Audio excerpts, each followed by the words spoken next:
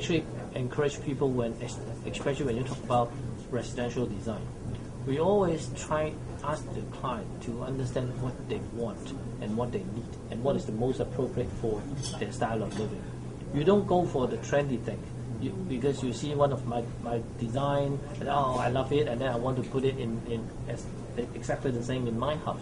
First of all, you ask yourself what you want and what is your family composition, and I think I always emphasize to design according to the human needs, 以人為本, because a residential place should be designed for a particular family that have different compositions.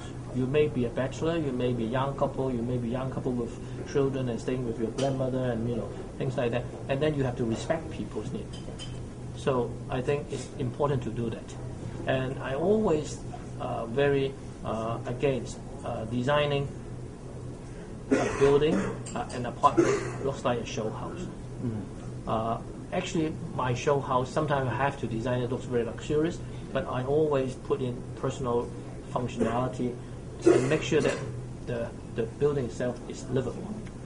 And some of the, I have to say that some of the show houses in Hong Kong or even in China, it looks great in the first sight, but it's actually not livable because the bathroom is not working properly, the closet is not enough, and you can see that when I show you all these show flats in my presentation, all of them are actually in the building itself, and ultimately that was sold to the one of the end user. But for show flats, then probably is better because they have end users from different backgrounds, and one of the end users they may look at it and then they feel it's suitable for them, and then they buy it, and then I want them to be totally satisfied with my design. But not only looks good, but also feels good and live. When the designer is approached by developers to design, I think the designer has to have a good communication with the developer to understand what are the target customer for that particular project.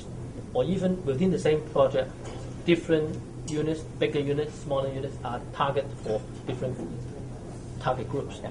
So we design everything according to the target groups. Although we may not have somebody in mind, we have the group in mind. So we try to lead people from a better quality of life. So maybe if you are my client, and I'm not going to do exactly what you tell me. I want to learn more from you, and I try to give something better for you to choose. That is the role of a designer. Okay.